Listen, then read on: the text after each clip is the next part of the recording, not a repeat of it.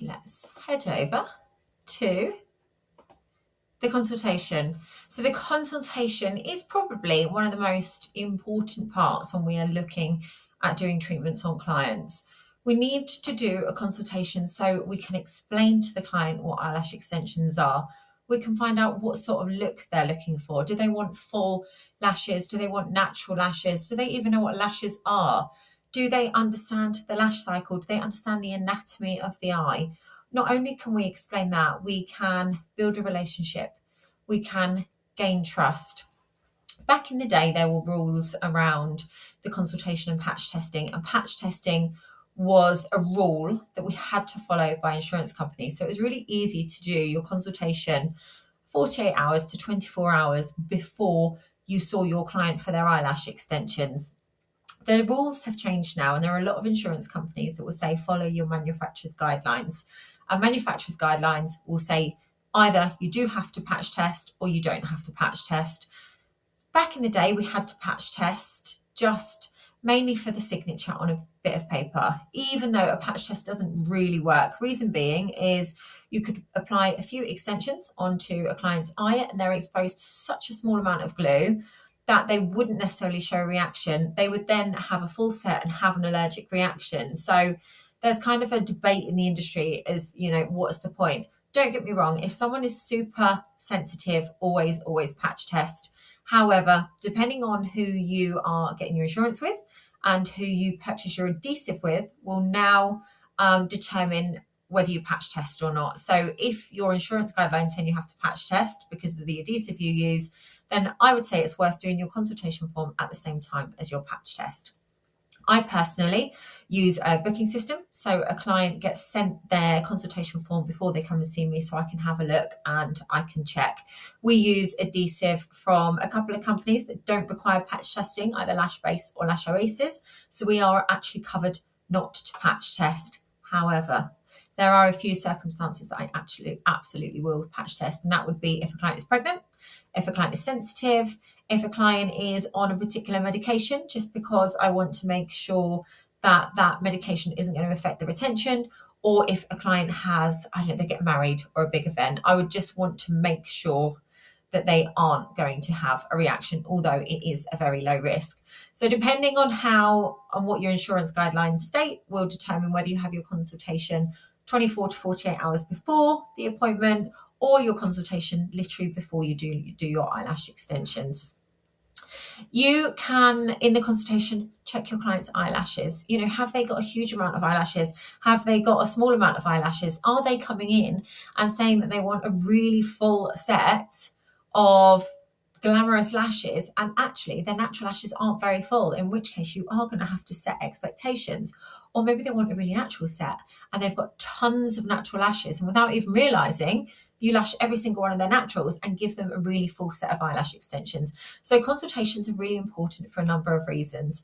Generally, for me, the consultation layout would go, the client would come in, I will have checked their form, I'd have checked their medical history, I'll get them to sit down and I'll discuss what eyelash extensions are. I'll have a little bit chit chat. How are you? How did you hear about us? Have you got any questions? This is what's going to happen. This is how long eyelash extensions take. And this is what happens afterwards in terms of your lash cycle, shedding, and potential infills.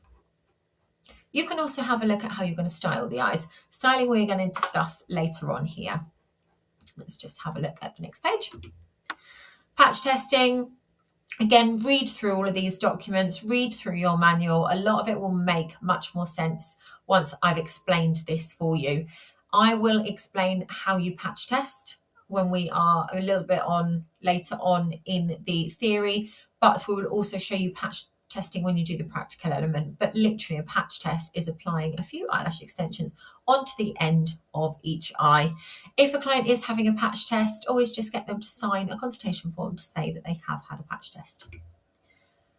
Consultation and consent form. So within your manual, you have a consultation and consent form. You are absolutely welcome to copy my form word for word, put your details on it.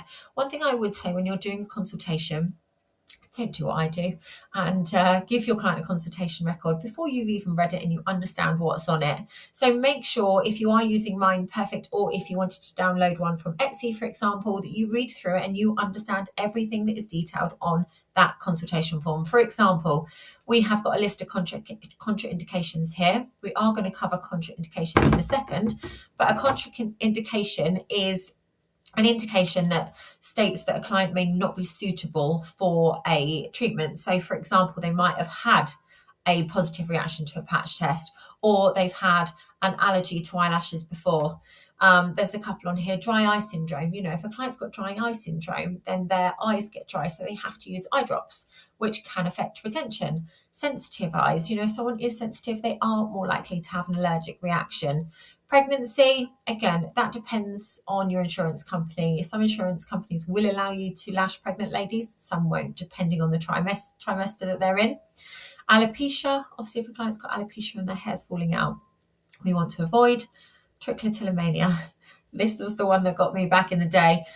So a client said to me, what's trichotillomania? And I was like, I'm not sure, I will come back to you on that one. She was like, is this your consultation form? I was like, yep. So just, it was embarrassing and it was a lesson learned. So just learn from my mistakes and make sure you do understand your consultation form.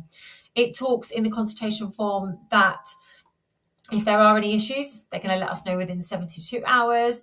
They're happy to pay a booking fee. Obviously, you can tailor this form to however works for you. And then there will be an element, I think on the next page here, just around patch testing, or is that on the previous one? Might not even have anything for patch testing on there, but if I haven't, you can just create a little element for a patch test or contact me, we can do that for you. I know we used to, we might have taken that out now just because we use the adhesive or we don't require patch testing. And then again, just confirm that they understand everything that's in the form and they are happy for us to go ahead with the treatment. So that's just a little bit about the consultation, but it is really, really important. And I really feel like doing a thorough consultation with your client will set you aside from any local competition, because do you know what? Believe it or not, most people don't do consultations. So I'm going to finish this little section here. We've actually gone up to 7 minutes on this one, and we're going to move over to contraindications and contraactions in the next slides.